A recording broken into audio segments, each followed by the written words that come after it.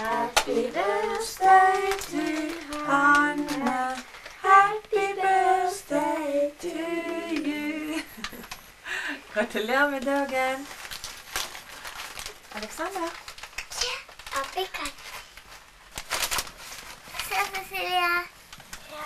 De var stilige. Se der, Anne. Vi har det, Hanne. Jeg var jo nesten våken hele natten og tenkte på at jeg hadde bursdag i dag. Har ikke du sovet i natt, du altså? Nei. Det må jeg ha på når jeg skal på student. Det var mamma.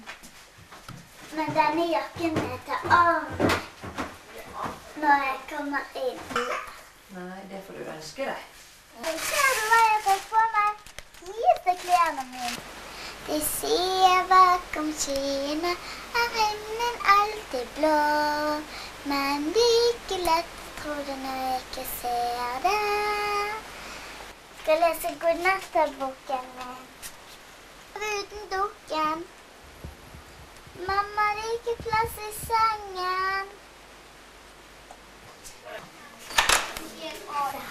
Og det var Hanne, så kjekt det var å hilse på deg. Ja.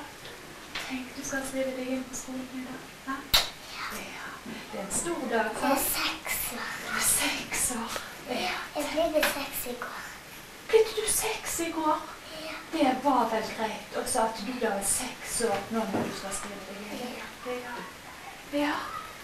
Og så skulle jeg tegne port mellom et gjerde. Skulle tegne en gutt og en jente. En jente øverste trappen og en gutt på den nederste. Og så skulle jeg tegne et kryss mellom mange streker. Alt dette her. På fagskolen så har vi en sånn leksebok som vi tar lekser i, og den får ingen andre lov enn barna. Kjekt å hilse på deg, Hanne, og komme tilbake igjen som førsteklassejente. Ja. Ha det godt.